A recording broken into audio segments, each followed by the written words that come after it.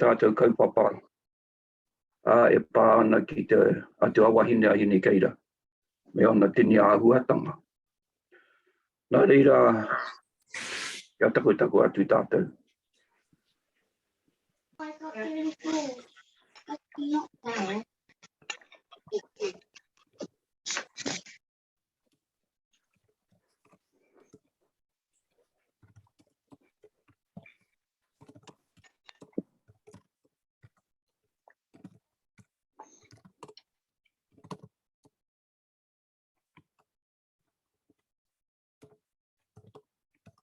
Where did he go? Where did he go? Yeah.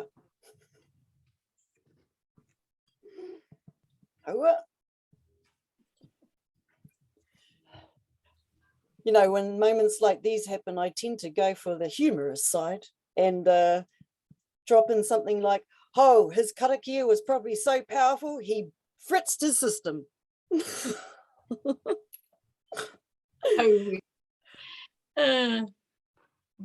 Oh, he's joined back on again. Okay. Take two. Kia ora matua. Yeah, kia ora mai. See you. Te pātenera. Woo! Te kaha o tō karakia. Oh, you're pushing buttons, eh? Ka pai. Kuna rākau, tūrongo. Ki mihi aranga hau I te mōhiotanga o te auhuna o tua whakarere. Pikiaki kakiaki a tāne ki te toiururangi, ki te toiururo, ki te toiuru tapu. Kia riro iho ai te mātauranga I ai o nui oro, I o matua te kore, I o te wānanga, I o te waiora. Pūtaketake o te tairongo, pūtaketake o te wairongo. Taketake a nuku, taketake a rangi. Rangi nui, rangi tāhua, nuku tāhua, rangi homa I te waiora kia hau.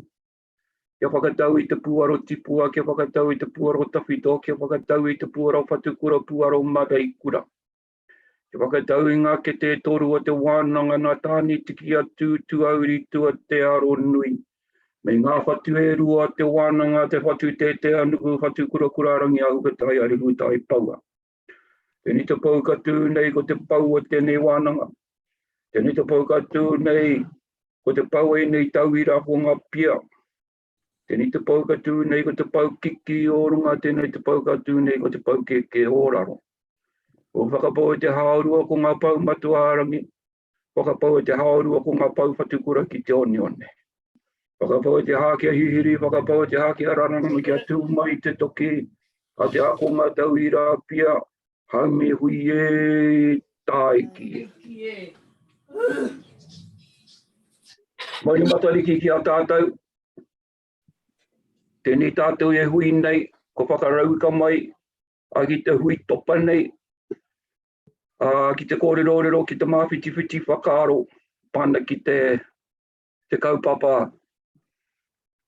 Te mana wahine, te mana hine. Tēnei mihi atuna ki a koe te mare kura, Te Raina, mihi atuna ki a koe. Ko ona mai nei tēnei pō o te rā ki a koe, Catherine, te kai whakahaero o tō tātou kaupapa. Nā reire tēnei mihi atuna ki te iwi whānui, ki te ao whānui. Ko ona mai nei, ki te whakarunga ki ngā kōrero. Ngā kōrero o te ao tawhito, ngā kōrero o te ao huna.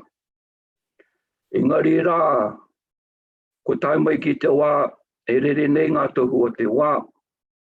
E hoki mai ana ngā mātauranga ki a tātou. Hei aha, hei oranga.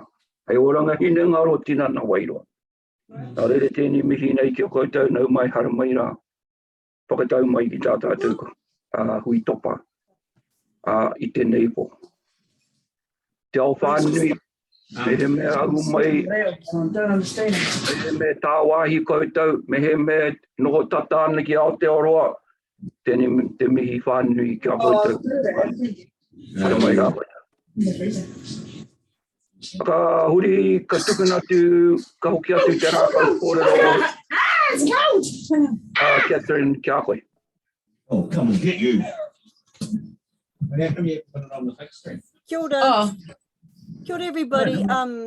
Thank you, Matua Ross, for that karakia, and also your.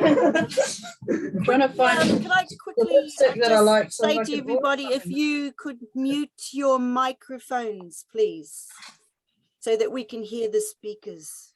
There's just a bit of background noise happening there. So thank you very much. Kia ora, everybody.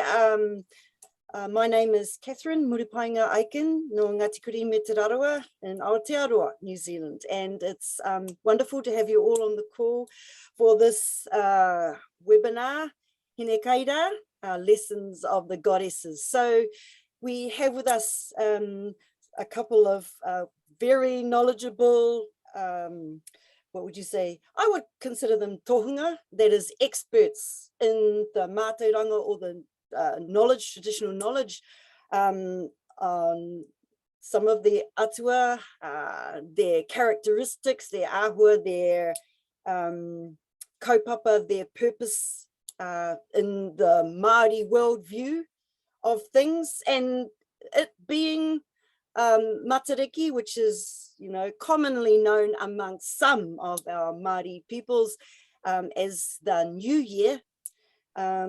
We thought this would be a good time actually to uplift our Atua wāhine, our Māori goddesses, and just shine the light on them a bit more, because we've had quite a lot of understanding over the generations about our gods, which, you know, have been predominantly talked of as the male gods, having prominence in that kind of discussion. So we thought, you know, it's timely in the revival of all things Māori that there seems to be happening right now, a revival of Māori knowledge, to shine a light on the goddesses here. So I don't really want to take up too much time other than a few housekeeping matters. The first one is if we can, keep our microphones muted. And also we are recording this webinar, so if you don't want your face to be shown, you can choose a setting at your end, just to show a blank screen or whatever, or feel free to like have your beautiful faces on the screen as well. That's equally wonderful.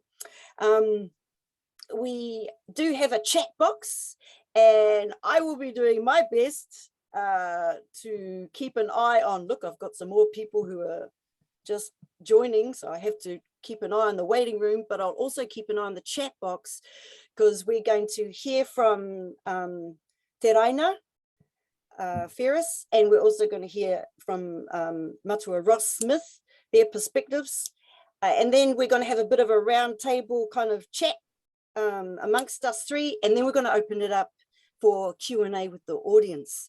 So we hope to sort of start wrapping up about 7:25, so we can finish on time at 7:30. So yeah, that's kind of the format. And so I'd love to actually kick us off now and introduce Te Raina Ferris, who actually we've spent some time together back in the day when I was living in Te Whanganui-a-Tara in Poneke, and I still have wonderful memories of being in the Kapahaka Māori Performing Arts group, Tamatea Ariki Nui, and yeah, we just had wonderful time together there. But also she's an expert in her field, like kaikaranga, training for our women, but generally just, you know, retreats to really empower people. And I really respect you for that, Te Raina, and the mahi that you do is super important. So beautiful to have you here. And I'd just like to hand it over to you to just share with us some of your perspectives. Kia ora. Tēnā koe, Catherine. Tēnā koe hoki Matua Ross. Nui rā te mihi ki a koe mo tō karakia. Tēnā koutou wahine mā, tāne mā, koutou kua haramai nei ki te whakarongo ki a mātou. Ai, ko Te Raina Atareta Ferris tōku ingoa, I whānau mai ahau he shā, he ingoa no Italia, but engari he Māori ahau, Te Rawa. So my name is Te Raina Ferris, and I live in a little place called Porangahau, which is on the east coast of the North Island in the Ngāti Kahungunu region. Ko tōku waka, ko Takitemu, Tainui, ko Kāi Tahu. I affiliate to Ngāti Raukawa, Ngāti Māmoe, Kāi Tahu, Ngāti Kahungunu. Lots of affiliations to many of the iwi here, as we do as Māori. Yes, so just a little bit about myself. I'm the youngest daughter of 9 children, and I'm 70 in a few months' time. I have 4 children. I have 17 mokopuna, and I have 7 great-grandchildren. And I've worked in tertiary and Te Wharewananga or Raukawa, and now I work at Porangahau and run karanga programs and art programs, and just do whakapakari te tū o te iwi Māori o ngā wāhine Māori o ngā wāhine non-Māori hoki. So, you know, you're right, Catherine, it's time to revitalise all sorts of things, and just sticking to the Atua wāhine kōrero. So I teach programs, I teach women about karanga. To learn how to do the karanga will take many, many years. So when I started on this journey, it was about teaching the sacredness and the depth and the breadth of what underpins the stance of wahine's role on the marae, and that is us doing the karanga. So when you come onto a marae, you cannot enter into the marae unless you get called in by the women folk, and the karanga is replied to by the women folk on the side of the visitors who are coming in. So it's all about our protocols and our cultural traditions and our tikanga that hold the core of essence of our Māori culture in our souls, in our minds. And of course, it's all underpinned with te reo Māori, with the language and our value system. So that's about, it's about having an understanding of our Māori worldview. Now, we didn't grow up knowing our Māori worldview. We all grew up being Christian. We had a Christian worldview. We all grew up Christians. I'm talking about myself here, me and my family. And that was fine too, because a lot of their values and philosophies are beautiful, but it was their values and their philosophies. And to find out that we have our own Māori worldview later in my life was quite a pivotal point for me. Even though we did kapahaka all our lives, we didn't associate it deeply with that being our Māori worldview until we got to a point in my life where I realized, my goodness, we've got our own view of the creation story, and it's beautiful. And why don't we know it from childbirth? So it was time to do something about it. So that's what I do now. And the whole thing that underpins what I do is retelling the stories of our Māori worldview.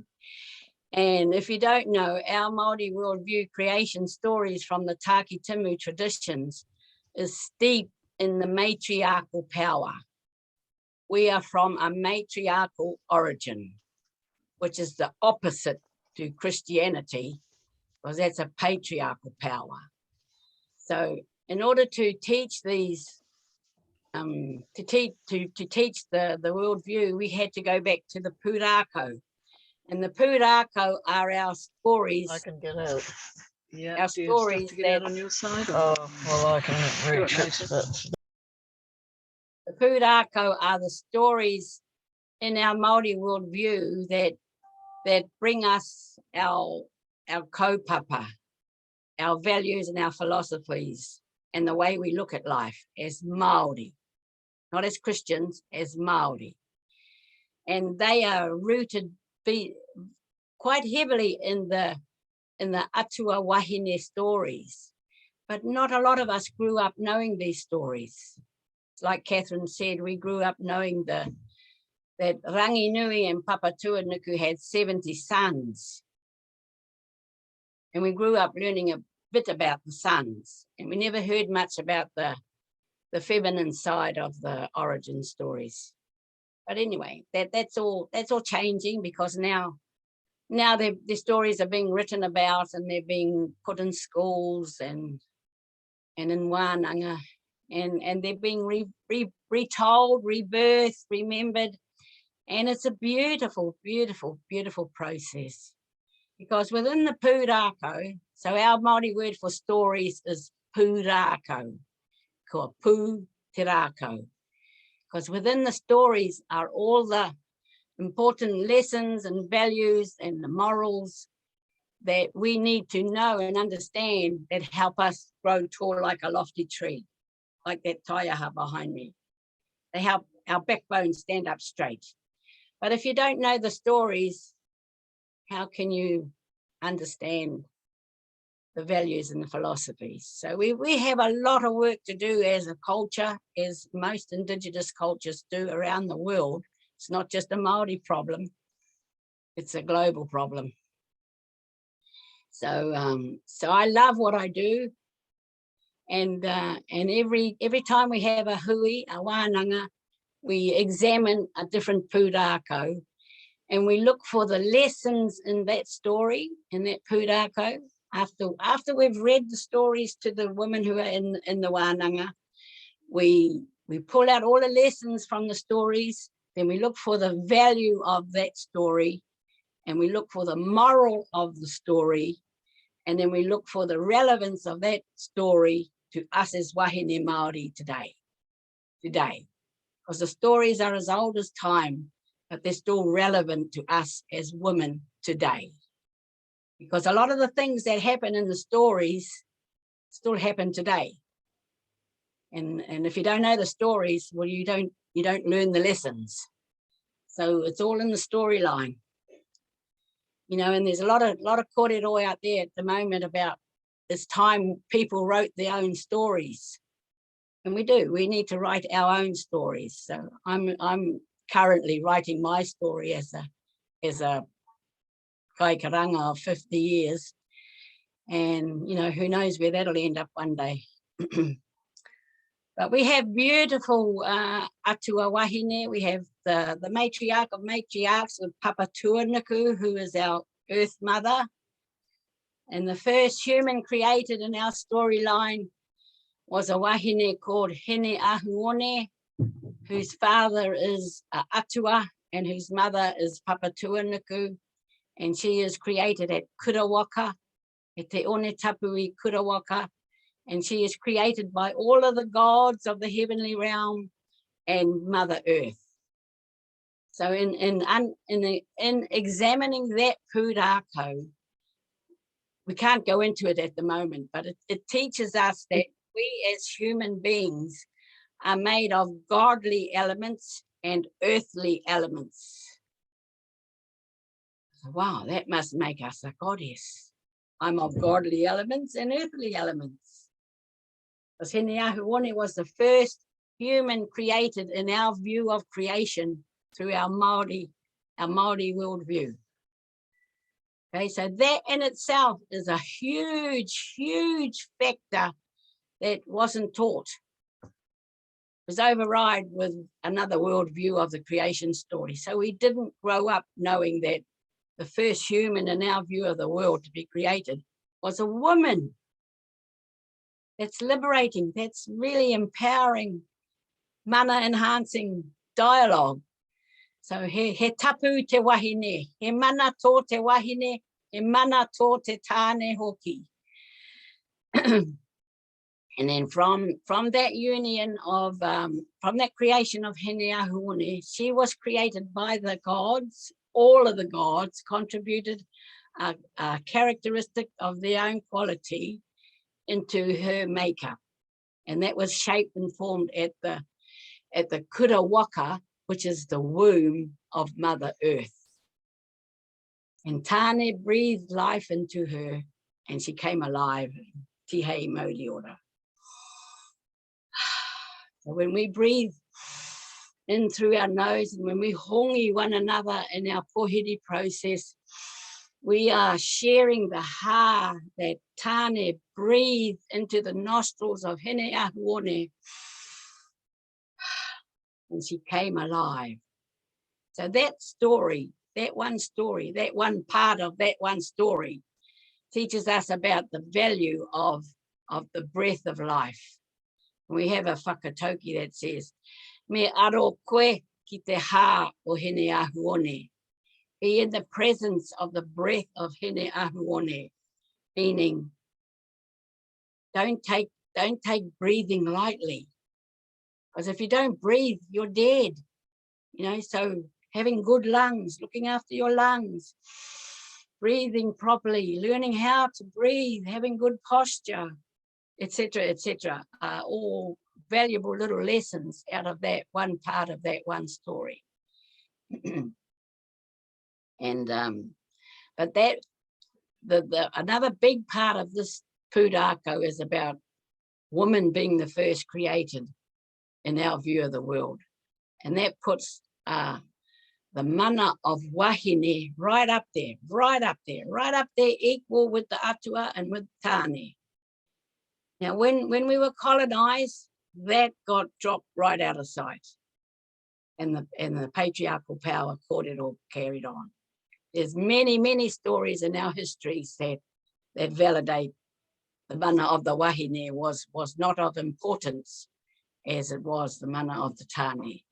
So now, 180 years, 200 years later, we're having to rebuild that mana equal to the mana of Tāne, so that we can be well, we can grow well, we can surge forward as indigenous people of Aotearoa, as lots of things.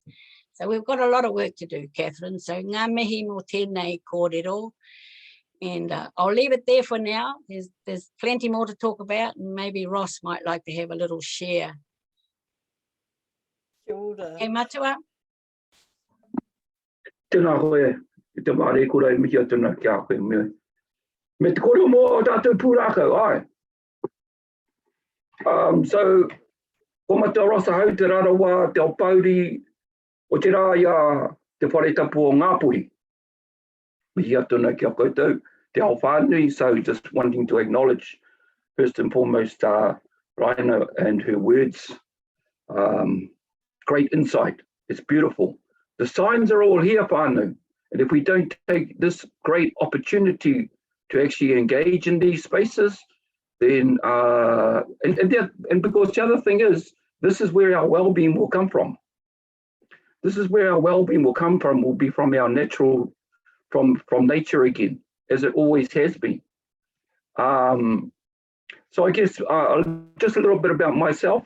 What interests me and why this kaupapa interests me is that I did my pauwari, with the Māori Weaponry School of Aotearoa under Peter Sharp was e mihi nui kia kahununu e te whae Te Raina, e mihi atuna, for that knowledge of that martial art and just the knowledge, the depth of that knowledge that is embedded within that martial art framework. And so for me, it was, well, there's 8 levels in there, and each level you have to engage in an atua. So the first atua is papa tuanuku. The second atua after that is tāne nui arangi. Third one is tangaroa. Fourth one is tāpiri mātea. The fifth one is rongo marairo. The sixth one is ruaumoko. Seventh one is maui tiki tiki ātaranga.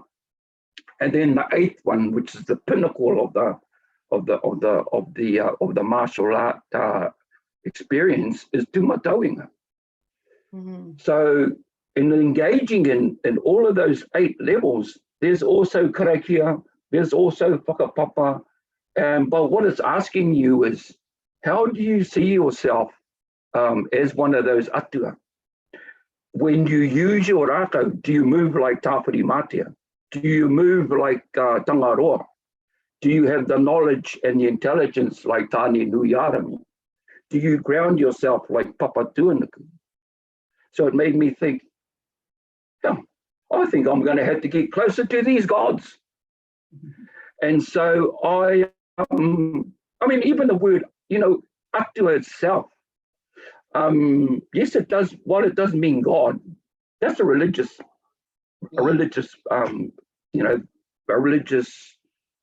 explanation and translation. Whereas our word means Atua, the word for me is tua. What does the word tua mean? Tua means from beyond. Tua means from beyond my sense of perception. Tua means something that I can't physically touch, but I know it exists. And so for me to have that relationship, I've got to go deeper back into my pūrākau. I've got to go deeper, dive deeper into the stories of Tāne and Tāpiri Mate and Tangaroa. And then after that, I did a master's. I did my master's in applied indigenous knowledge. And the only way that, and I was one of the first graduates under Manulani Maya, an Hawaiian epistemologist. And the only way that I was going to be able to even do that master's was that I had to take an ancient practice. That was the only way you're going to get into that master's. The people and the students that applied to become part of that master's program all had to be a practitioner of an ancient practice. So I took my practice of Maurākau in there. Many others came in. They were practitioners of whakairo, practitioners of rāranga. We had a practitioner of karanga from Waikato Tainui. But the main thing was okay, which atua guides your philosophical belief systems?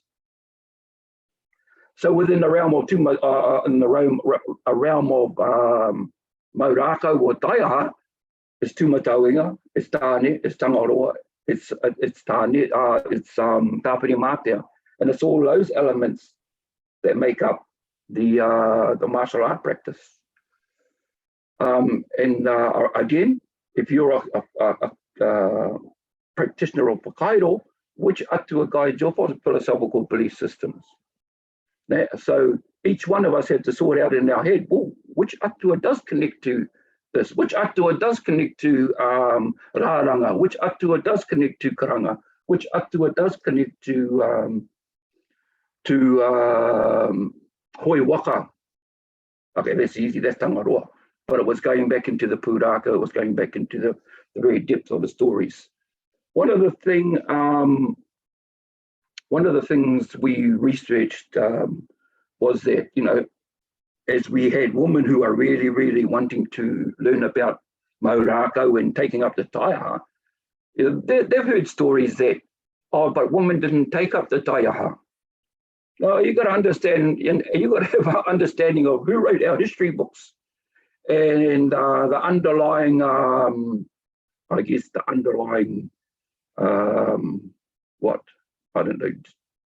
lies, I guess. Who wrote our history books? It was Pākehā. And of course they're going to say, oh, your women didn't take up taiaha because they couldn't defend themselves. They're just like our Pākehā woman, just barefoot and pregnant. And your place is in the kitchen. But I know, and that I know, can vouch for this, that she's got warrior woman within her own iwi, just as Ngāpuhi is warrior woman in our iwi. Tūhoi would have their warrior woman as well. So we heard of, and we wanted to know, okay, so who is the deity around warfare and around the martial art? And so Hinekeira came to the forefront of our thinking. And so we named this our wānanga tonight around Hinekeira. And so then I started to look deeper into the Tāne deities. And this is what I found. Tēnei o te hokai nei tapu wai hokai nuku hokai rangi hokai ato tupuna. A Tāne nui arangi, piki te aiki ngarangi tūhaha. Ke te tihi o manono. I roko hina atu rāko, I o matua te kore anake. I ro I hoainga ke te o te wānanga, ko te ki te tuauri, ko te ki te tuate, ko te ki te aro nui. Ka tiritiri a ka paupau, a ki rongi kia papa tuanapu. Ko tai tātou te ira tangata ki te whai au ki te ao marama ui e tā I kia. Nā tā koutou tūpana tēnā te raina, nā rua wharo tēnā, runga I te waka o taki timu. And as I researched deeper into the meaning of that karakia, I came across some sort of interesting kōrero by a woman called Stephanie Palmer, who talks about psychometrics. And psychometrics is the study of the psyche. But it says in there, which is interesting to me, it says in there that around each atua is a benchmark for the personification and manifestation of human potential. So Tāne has 40 deities and even more, or characteristics, and so does the Hine deity. And I've sort of, maybe Catherine might have wanted to read some of them out, but I've got them here. There's Hine Rua, there's Hine Ahu, there's Hine Uri, there's Hine Pukohorangi, of course, as you know.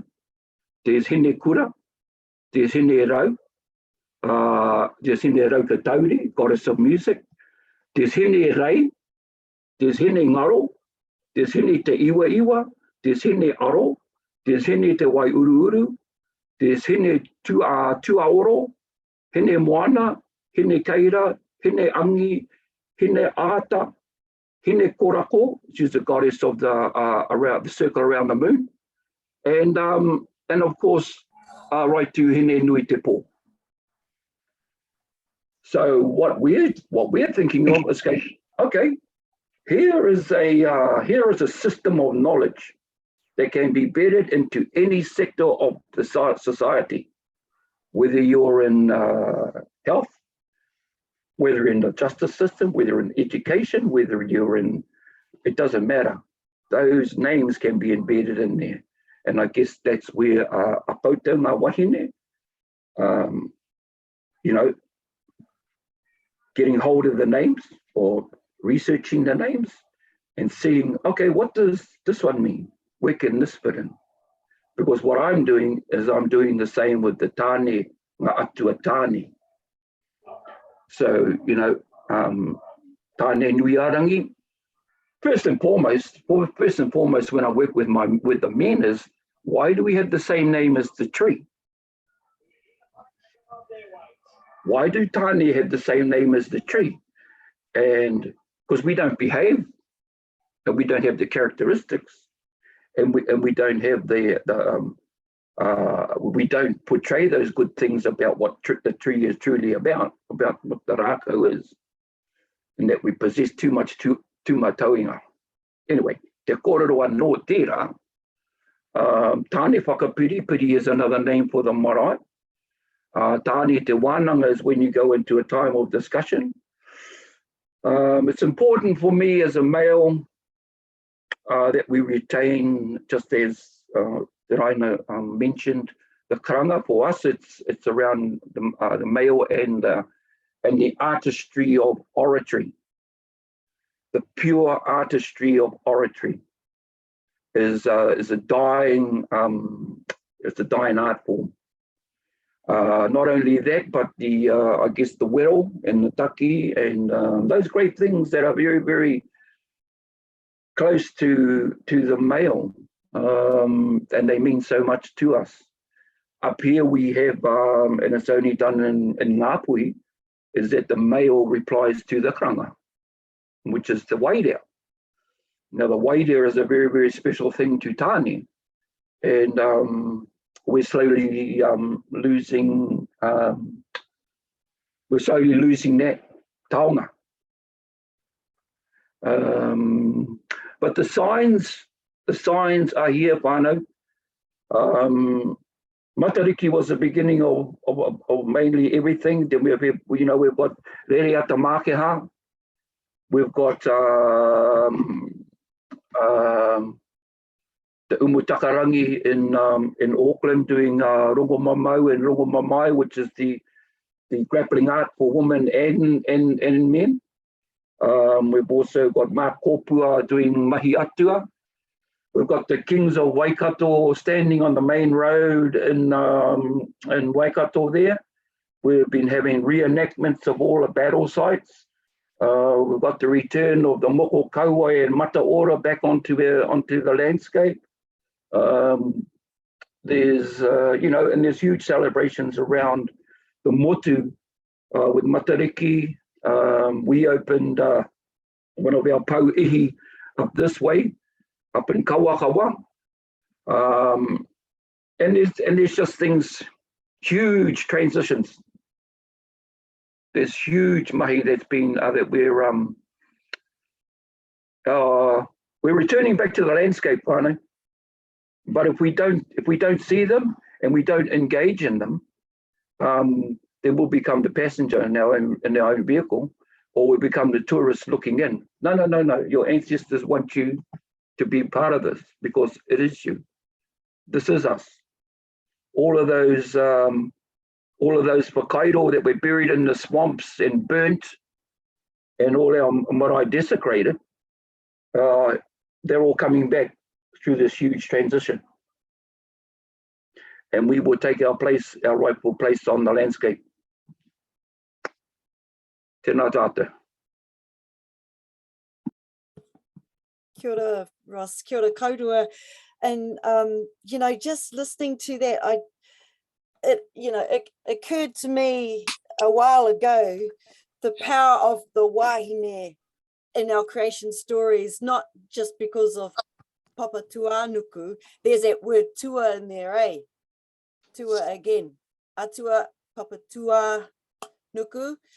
But we have the wāhine at the start, and we have the wāhine at the end.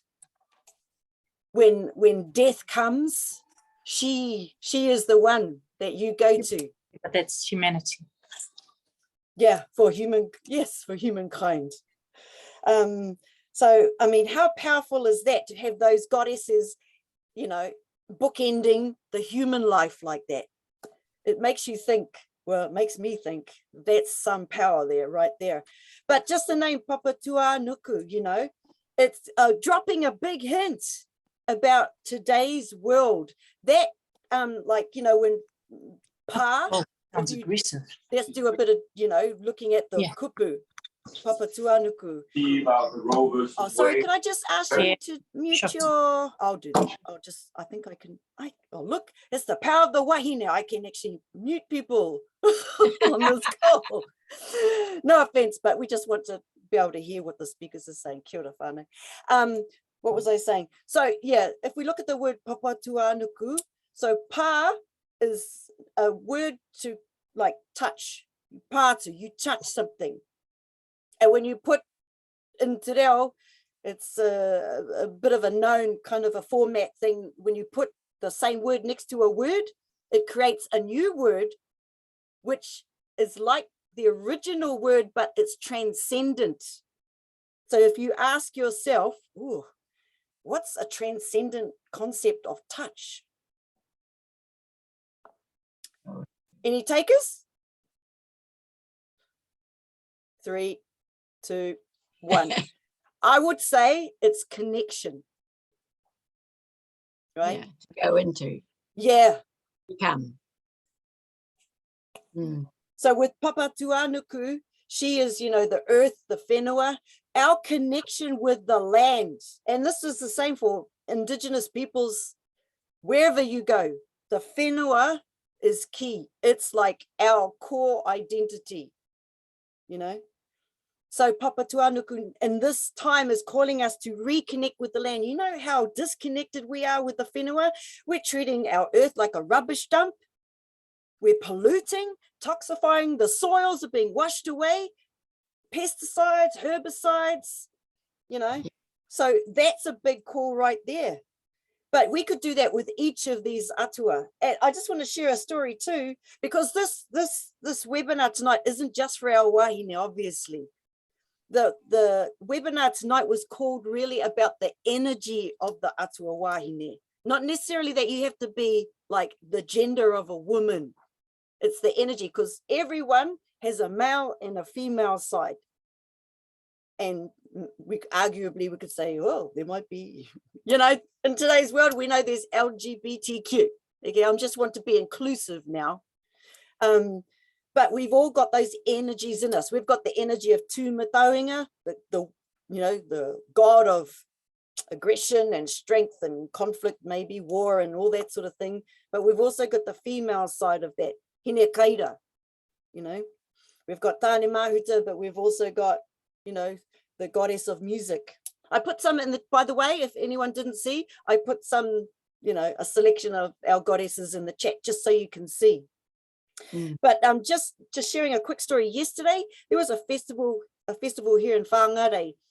And one of the activities we were called to do was we had all of our tāne line up on either side of a footpath, and the wāhine were asked to, they were invited to just walk down the middle and just connect with any of the men there who wanted a hug. That's all we did. And we'd just see, and we'd make eye contact or something. The woman would just go up and give the men a hug. You know how powerful that was? Oh my goodness. Some of those, and I'm talking about, there's a big like gorilla sized men amongst these fellas. And they some of them you could feel, you know, maybe they had never really had a hug. That's the power of women, you know. And then we flipped it. We had the women go on this and the men came down and then we did it again. Who wants a hug? And I'll tell you, simple things, but just to think, oh, great power there. And so can we take lessons, you know, from our wāhine gods about love and compassion, all that side of things. Yeah, I just want to ask if, you know, Te Raina, there's any reflections you want, and Ross, before we hand it over to, you know, our audience, if they got any questions in the chat, I'll keep an eye on the chat and see if there's any questions. Kia ora.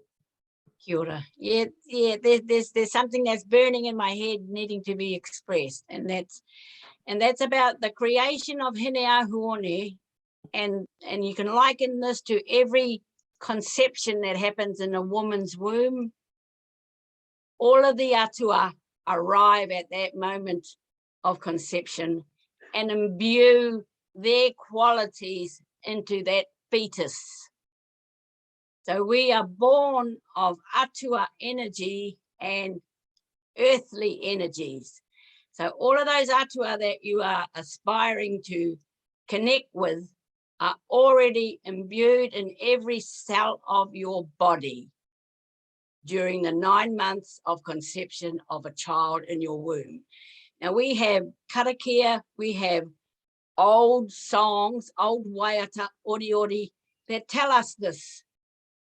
Te hiringa matua, te hiringa tipua, te hiringa tawhitorangi, as Matua spoke about, are the three components in the cell that are imbued in the puhiariki at conception.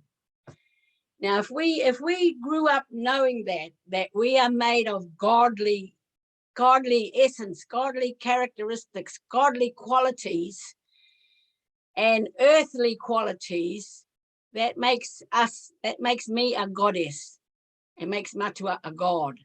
So God and goddess, eo e ao. We grew up saying the vowels a, e, or u, where in actual fact they were designed to be said e o, which says eo is me. Eo and I are one energy. We're all of the same component. Now that is powerful, a different mindset. So I now teach women to say, I am a goddess. So everybody say, I am a goddess. Go. I am a goddess. I am a god for our men. I am a god. Because because the storylines, our Māori worldview, pūrākau, tell us this. I am a goddess. So every cell in your body, so what you do with your cellular memory, and it's stored in your files in your head, in your rua I te pūkenga and your rua I te hora hora. We have a left brain and a right brain, and the rua I te pūkenga is the side of our brain that holds our intellect, and the rua I te hora hora is the side of the brain that holds our intuitive, creative wisdoms. We know that now because science has taught us, but this information was written in old ancient Mōteatea called ori ori, that was sung to the babies while they were in the womb of the mother through that gestating 9 months and on into the life. And those are all activation vibrations that help activate those codes in the mind of the child. I tell you what, the science of our Māori worldview is just so out there, so exquisite, so rich, but our people don't know about it. And I'm sure most other indigenous cultures have the same information in their steep stories of their culture. So it's, you know, it's just time for the likes of us to do the research, find the stories, go into the stories, pull out the hua, I call it, the guts of the stories, the wisdoms, the lessons, the values, and apply them into our families. We must apply them into our families, teach our children, teach our mokopuna, teach our grandmothers who grew up being slapped in the head for speaking Māori and kicked in the bum for speaking Māori. You know, we just gotta tip this whole patriarchal colonial idealism upside down and put it back how it's supposed to be, so that we can grow up being well-rounded people and live healthy, happy lives, and treat Mother Earth, Papa Tuandaku, how she needs to be treated as the mother of all mothers, because we all come from her, and at the end of the day, we all return to her, and that's the cycle of life. And it's in our Māori worldview stories. But if you don't know the pūrākau, how are you going to know this stuff? So it's time for those who are role modeling these stories and these teachings to create more role models. And the stories about Papa Tuanaku, Hine Ahune, Hine Titama and Hine Nui Te Pō Pūrākau is one of the most distorted frickin' stories ever written. So we need to rewrite that story of Hine Titama. Hine Titama becomes Hine Nui Te Pō. Hine Nui Te Pō isn't the goddess of death. Hine Titama didn't kill herself. You know, it's been written by a white ethnographer, and it has a Western twist because it's using Western words in an old Māori paradigm. And that distorts the whole story. And we're bought into it. Well, not anymore. Hine Titama is the goddess that pushes you towards change.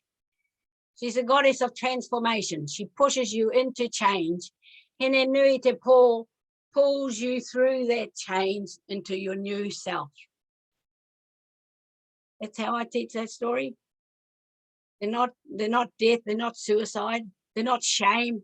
Shame wasn't even around before the Endeavour arrived here. So, you know, we've got a lot of work to do. We need to rewrite the stories. Women need to rewrite the stories from a woman's perspective.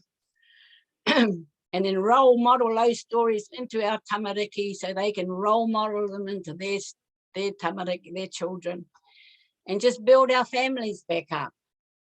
You know, once upon a time, the grandmothers were the keepers of all the wisdoms. They were the storytellers. That's why our moko kauai sits on our chins, because that's the library. The library is inside your mouth. But unless you open your mouth and tell your stories, you've got a closed library. So we empower our wāhine to wear moko kauai to tell their stories, to learn the stories if you don't know them, to examine the stories and to tell the stories. If we've got 70 male gods, there must be 70 female counterparts out there, because our whole worldview system is built on balance. When we talk about Eo, he's likened to a masculine energy. Well, where's the feminine energy that sits alongside that energy? And I reckon it's Hinekeira. But she's not talked about. She's somewhere in La La Land. So it's time to bring her energy alongside the energy of Eo and move forward in balance. All our protocols on the marae are done in gender balance. We don't have a word for a him or a her. We have the word ia. Ko wai ia, who is he or who is she? Oh, ko te Raina ia, she is Raina. So our reo, our language, doesn't specify genders in one word. It's a tamahine, a tamariki, a tamaiti, a tamatane, a tamawahine. So in the ori no mai tamakea mihi atu au. It could be a boy, it could be a girl. You don't know till it's popped out. See, so there's lots of work to be done. I'll leave it there. Look, I've got this list of stuff I've written up, and so yeah, we've got all our hinere, we've got our mare kura and our fatu kura. So we have our masculine deity that come down from Eo, and we also have the feminine deity, which are the mare kura that come down from Eo. So our wisdoms are deep. It's also deep, you know, and you can't learn this stuff overnight. You have to sit in wānanga. So Matariki is a celebration of a constellation that is full of female stars. Constellation is feminine. So get that. So Matariki is the time to sit in solitude and noho puku and go within yourself to try and draw all of those encoded teachings that are already in you, to connect with them. Because when we're born, folks, we are born with all this knowledge already in us. Our job while we walk this planet is to access those codes and to live by them. That's why we're here. So some of us do that consciously, some of us miss the whole thing and die and go out the other end not knowing anything about it, come back and have another go. You know, it's all beautiful. But those of us that are fortunate enough, or we're destined to have some of these codes activated, are the ones that have to keep role modeling the teachings. We have to be role models for those that are still searching. And that's kind of what I do. So. Awesome, Fire. Thank you for that. It just, yeah. Sometimes I do wonder for my generation, whether the tikanga, the teachings of our tupuna, our ancestors handed down to me, how pure are they now? Or how distorted have they been because of colonization? Sometimes I'm not sure. I remember like because my whānau grew up in Papakura in Auckland, right? And our father took us home. And as I went home and I observed on the marae, what happened on the marae.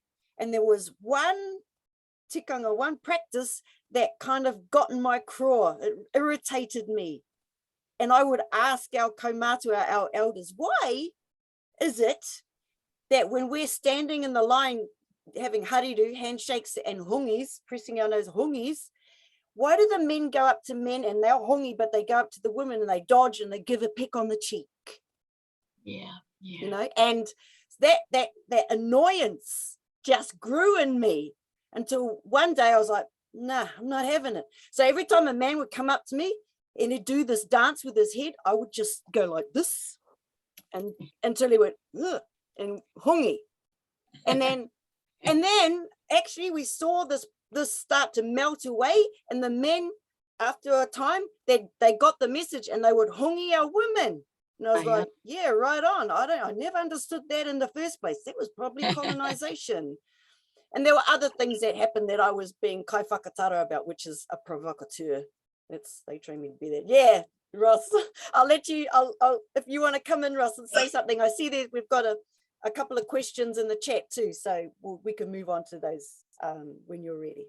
Kia ora, Ross. No, tēnā rawa tu e te whae raina mihi atana ki a koe moena, kōrero. Kia ora. I guess just some of what I've learned through what Papa Hoepa's, you know, I had the privilege of sitting with him with a few wānanga as well while he was doing miri. Papa Hoepa Dalamea from Te Whānau Apanui. And in my view was a ruanuku, or very, very wise man who could move between realms and always touched on Atua, even though he was very, very ringatu. But he was saying that if we look even, and I guess people would say, well, we didn't. Why do we write? You know, why do we use English letters? You know, to write our reo. And I guess it's not about the language. I guess it's about the vibration and the energy of that word. So just words like, you know, ta for tāne, and then we have a look at the female in he for hine, tells me if you put these things together, then we have tahi. It means, like you were saying, Catherine, that we are both male and female. But we have both genes. I have a mummy and a daddy, must make me a wāhine as well. But somewhere in colonization, no, you are just very, very masculine. And through their teachings, you are the man of the house. And you're only allowed to play rugby, you're not allowed to play soccer, you're not allowed to play any other sports. And don't cry, only girls cry. And, you know, so it's all of that indoctrination that we, through a very, very Westminster education system, I guess. And so what it didn't teach us was wisdom. And we are now reaching back into wisdom. No education system, even in a tertiary provider or tertiary, teaches wisdom. We are about wisdom. All of what's been spoken of so far is about wisdom. It's about diving into those places. It's about having a look at those deities and say, well, okay, so what does hine te wai uru mean? And I've picked it up somewhere along the line, and it's said intelligence. It's said very, very knowledgeable. Going, oh, okay. So I mean, even if we just start to use these words, you know, even if we're going to email or text one another, o tēnā koe hine, o tēnā koe Hinekeira, o tēnā koe hine marama. Same with the male deities. I mean, that's what I do when I email my male mates. O tēnā koe tāne whakapiripiri, o tēnā koe tāne te torokaha. This is how we'll get these names back out into the communities and back into our whānau. So, you know, if I have a look at tāne torokaha, then I'm looking at the tree. And toro means to stretch, to outreach, and kaha means to hold, hold fast. So if we were to look at the root system, the tree's root system, then we would see all of these, the linkages and all of these roots, and they stand there for one purpose, and that's to protect papatuanuku, but also to stand strong, to give a home for the birds, to give a home for the insects. So if we were to start to think like this as a tāne, then we would start to engage in those spaces and bring that into our homes around. This is what the tāne does. He ensures that the little ones are protected. He ensures that there's a shelter, there's a home for insects and birds. you know, we had the great specimen of Tāne Mahutu who stands in the Waipo, and I've heard people go, what a magnificent specimen, look at him. And I go, well, yeah, that's him, so that must be us as well. Why can't that be us as well? Why can't we be that great specimen, that great role model, that great, you know, I'm not saying, you know, with a big head or anything, but then we go home and we abuse our children. You know, how does that even work? It doesn't even come into my thinking. Tāne nui arangi, why was I given the responsibility of bringing the kids of knowledge back? You know, Tāne, oh, there's many names. There's many names that Tāne has. Tāne tokopuha, there's one. Tāne who belches. And belching is telling you that you're satisfied, you're thanking the cooks. But somewhere in our English education, they said, no, you're not allowed to belch. Belching is rude. But for Tāne, it was a way of telling the cooks that you're satisfied and thank you very much. Tāne toko puha is e mihi atu nei ki a koe. Tāne puku o te kaki. You know, why do I have a belly on my throat? What is the reason why I have belly on my throat? I guess one of the things that's missing, whānau, is that we don't have any rites of passage anymore. Just as Raina was talking about the different stages of tamahine, tamawahine, and all of those things. We have rites of passage that are Pākehā. You can go and buy a gun at a certain age. You can get married at a certain age. You can buy alcohol at a certain age. But we have, as we would have been back in the day, had rites of passage. And I guess that's where we need to look to is how can we now, with a huge transition in our world, return to rites of passage. I started something, and I've looked at tama, and then tama to tamatane, tāne to tāne matua, matua to matua tupuna. Sort of 4 stages. So born as a tama, when do you transition into a tamatane? And then when do you transition from tamatane to tāne matua? And then from matua to matua tupuna.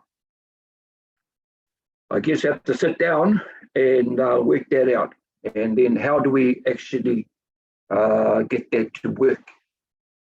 What is it that we want them to learn from one stage to the next, leaving that behind and then moving on to the next stages of development? So yes, yeah.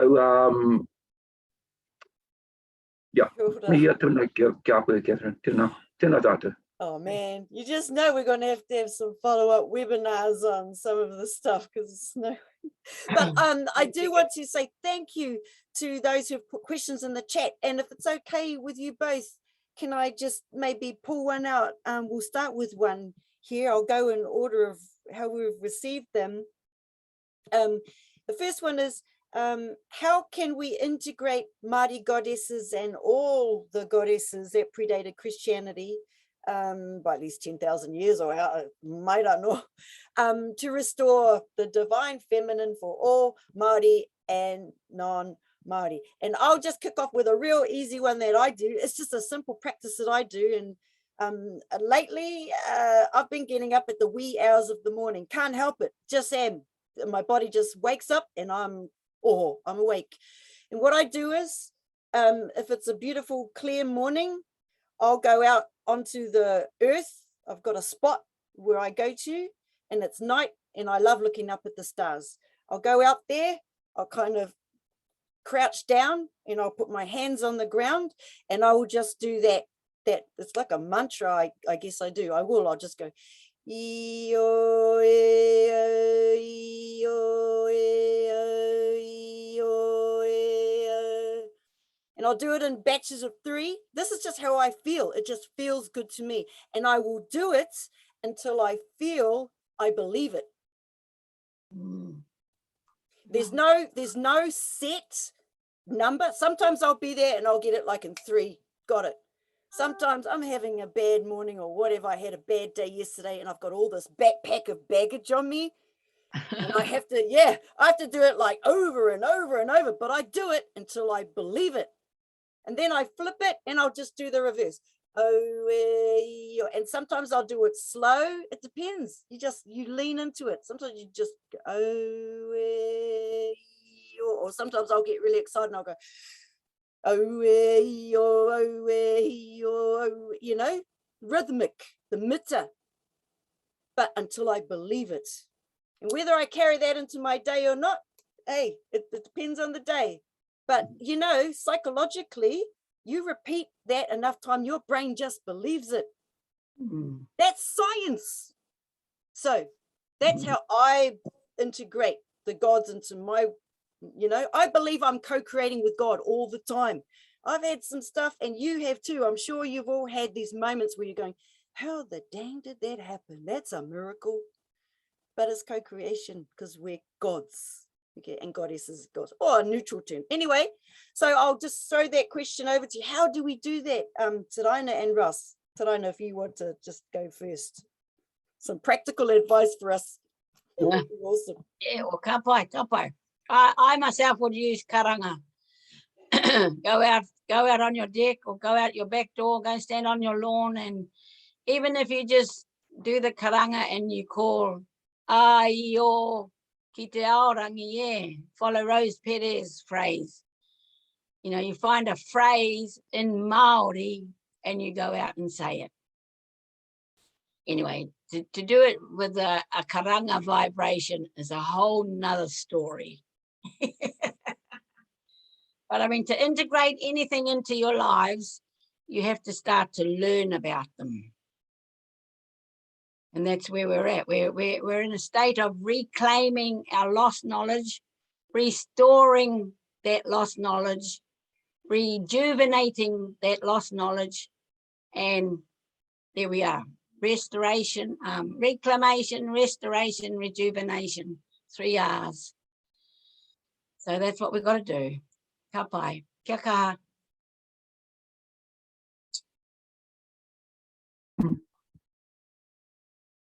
I guess for the tāne, it's just surrounding yourself with rākau. I got rākau all over the place.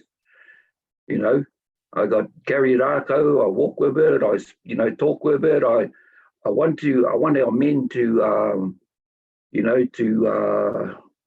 there has to be a reactivation of the staffs of honour that we once had as tāne.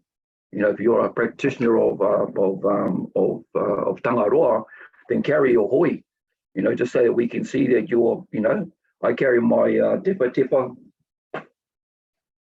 when I go into, you know, if I'm doing whai kōrero or going to a meeting or going to a week, and it's just us having our relationship and knowing that it grounds me. And I know it was part of the that separated rangi and papa was tāne. And just having the rākau with me, it's a companion. Yeah, it's my companion. Taiaha, whether it's just a stick, whether it's, but it's a very, very powerful teaching tool as well. You know, it talks about growth and development. It talks about shelter. It talks about all of those things. It talks about building. It talks about rejuvenation. It talks about a whole heap of things that you can use in your lessons. Talks about seeding. It's connected to a whole lot of whakatauki with the piko with the mahuri tera, the tupu with the rākau. You know, that's a very, very powerful whakatauki. A bend in the young sapling is indicative of how the tree will grow. So I mean, we look at that and the connection to Papa Tuanuku and the forest, and so that's how I would that's what I do anyway. And I just, you know, sort of encourage our men to start carrying your rākau. You know, just carry it down the street. I mean, I know, you know, I've had a few people coming back from training, they get pulled up by the police. Because why? Because they're carrying themselves. But when you say, oh no, they say you're carrying a weapon and you're going to use that somewhere, and they go, no, I'm not. I'm just coming back from my training, from my Maurako training, you know. But I guess we just have to, yeah, we have to find a way, the way that we talk, I guess the way that we walk. If you're a young fella and you see the police coming along, I guess you might act like a crow and say, oh, no, I need this to help me walk along the road. I mean, that might be a bit of a cover up, but I just really encourage our men to start carrying their staff.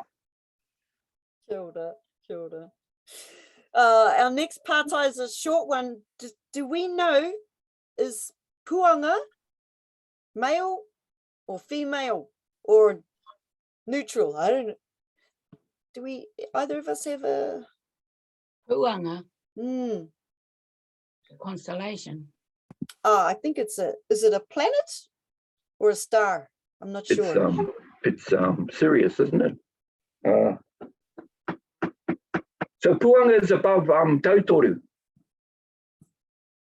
So you know you have tautoru, the 3 stars.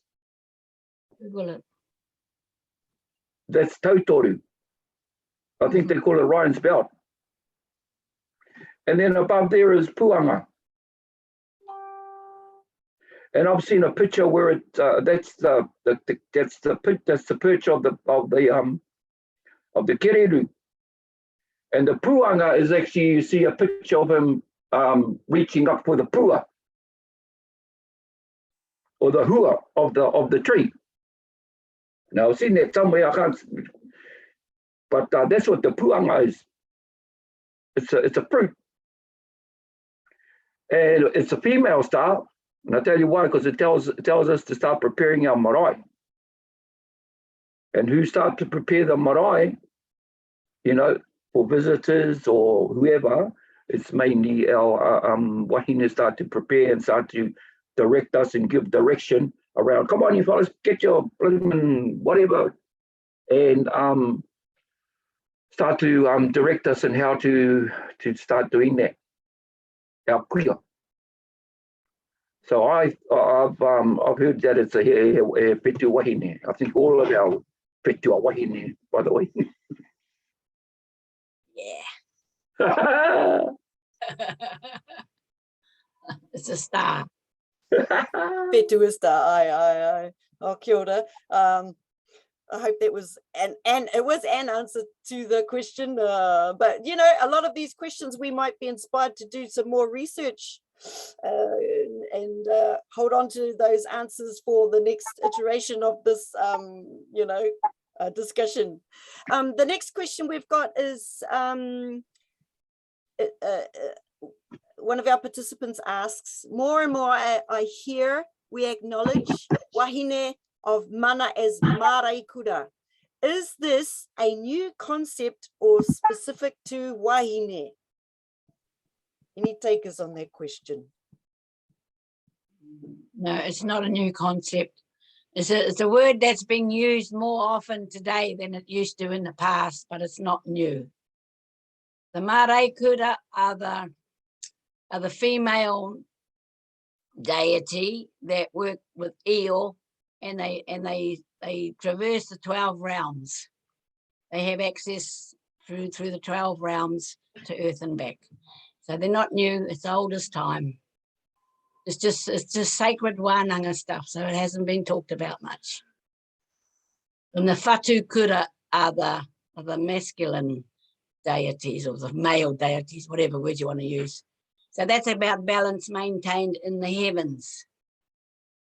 But it's a term that's used a lot more today because that's life, you know. We find a nice word that resonates with us, and it means I am a goddess. Oh, well, okay, you're a goddess. Say you're a goddess and be the goddess. Don't just say it. Be it. Activate it. Role model it. Okay.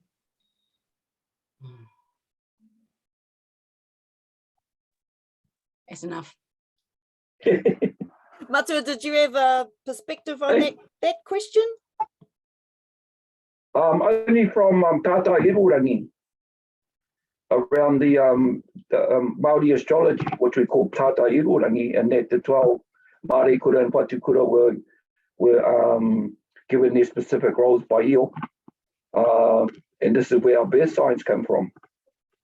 So like it's, you know, like we talk about sometimes around that. So yeah, no, there's many names that are coming back, and you know, and what we shouldn't do is question them, I guess. Or I know you're looking for an understanding, but let's just accept it, eh? Let's just accept it. It's like saying, oh, I think my ancestors came this way. No, they came that way. There's no disputing they came that way. We're not thinking that they came that way. They came that way. So thinking, you know, I think this, I think that. No. Be straight, go straight to, no, this is what it was. This is who it is. This is what it is. This is the name. Because we can start getting confused, I guess, but we've got to find the explanation, I guess. And Tata Irorangi is one of the explanations of Māori kura and Whatu kura. In the Tata Irorangi, I've named like my two mokopuna named after Whatu kura and Māori kura in Ruawahia. Ruawahia is the Whatu kura, and Oho Mairaki is the Māori kura. Under the month of Te Uru Whenua, which is May. Uru Whenua going into Te Aonui. So here's some more knowledge coming through. Kia ora. Thank you for that. So our next question is, it's kind of related. Using kupu mare kura and whatu kura and applying them to us in this earthly realm. This person was told that was not appropriate, but it feels right. So what's your whakaaro on this? That's a good question.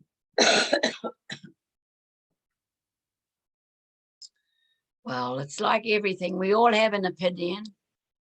But if you go back to our Māori worldview stories, our origin stories, looking through our Māori lenses, we all were created by the Atua. The Atua imbued part of their characteristics in each child that's born with Māori blood, and probably non-Māori blood too. So it's inherent. So if you were to question why should we use it or we shouldn't be using it, well, in my work, you know, the term mare kura is a very liberating and empowering term for women to stand in their mana as wāhine, wāhine Māori, wāhine non-Māori as well. So ma means pure, transparent. Mare, R-E-I, a rei is a taonga, a gem, and a kura is something that is precious beyond measure. It's also another word for red. Mare kura, that's the makeup of that word. And that's the term that Eo used for those, well, you know, the deities that were in and out of the 12 heavens. So there's a big wānanga on its own. Ah, tika. Tēnā pātai. Tika. I guess the whatu kura comes from the two whatu that Tāne brought back.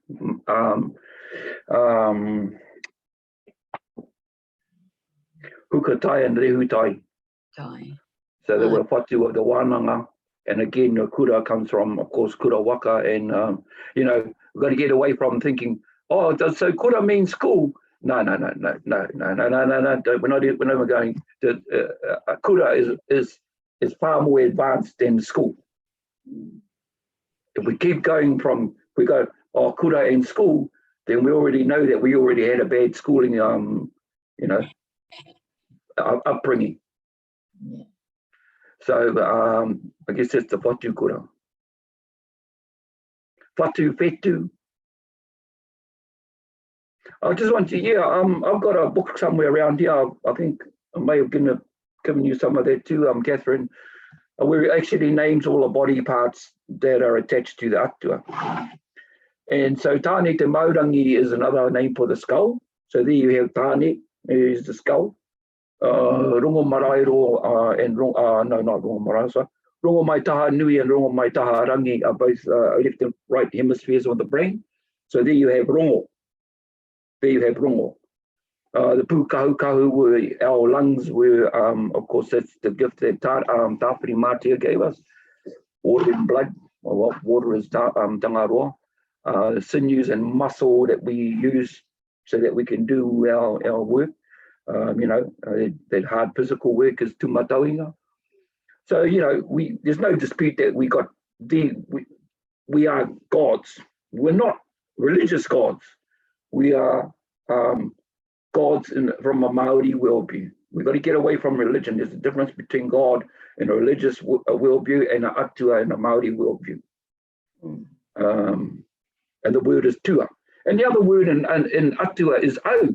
So you can't dispute that you're not a god because it's in the word. E atu au.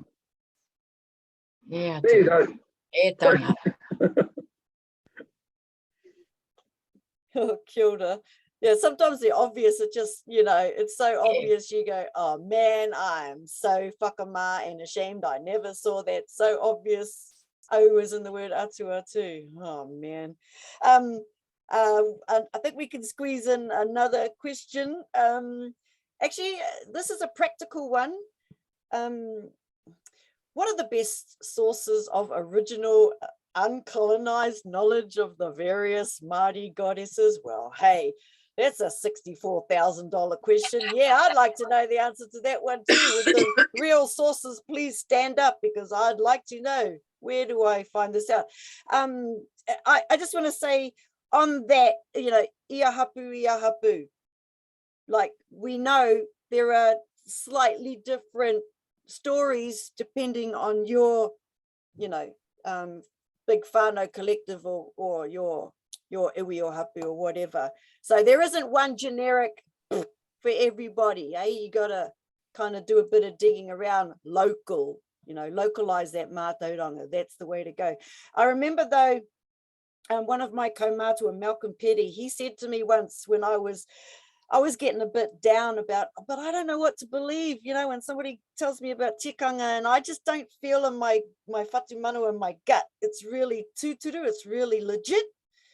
And he said, look, if you don't feel like you are certain of what is the truth, what's being told to you, and there's various, versions of a statement or whatever, you may as well just take the one that's most empowering for you and just believe that. And I'm like, all right.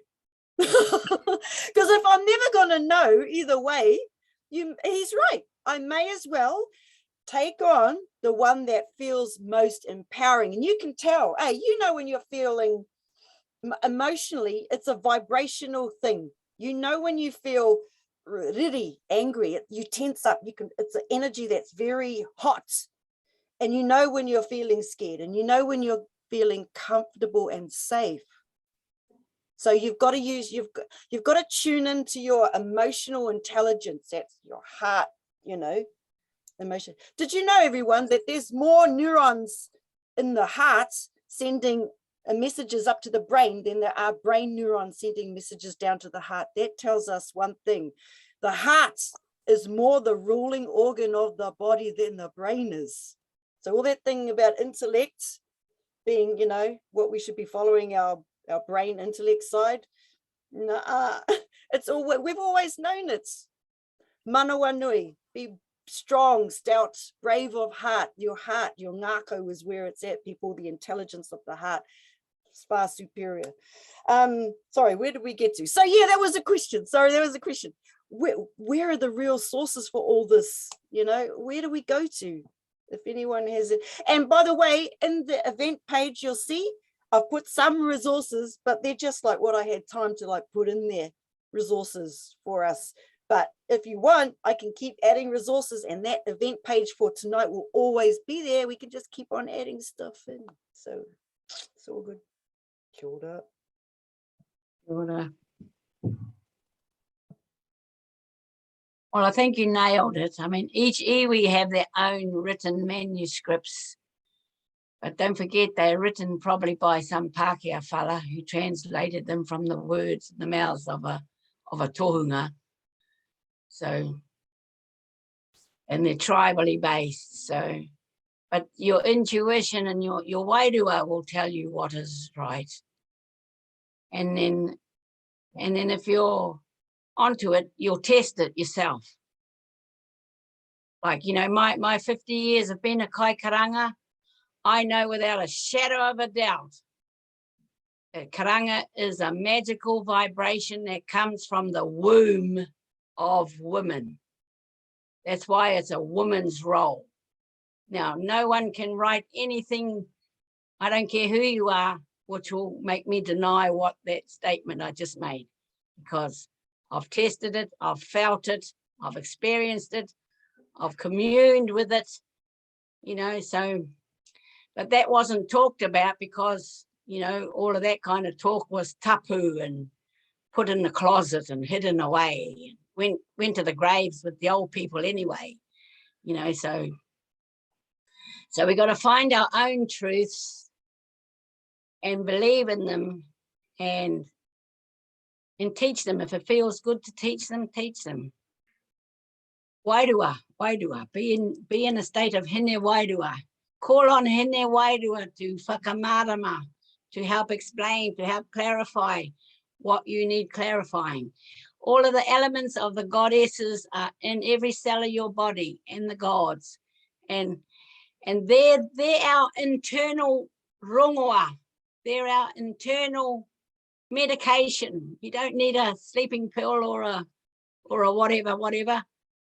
You go with inside yourself and you commune with the Atua inside of you to help bring you healing, help bring you clarity, help bring you wisdom, and help guide you through the journey that we need to be pondering through in order to restore the balance, to reclaim what is culturally ours.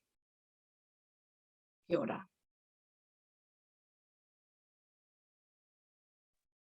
Mata, would you like to add to that? I just see we're coming on half past the hour, so we'd be winding up after your thoughts on that. Kia ora. What's the question? Sorry.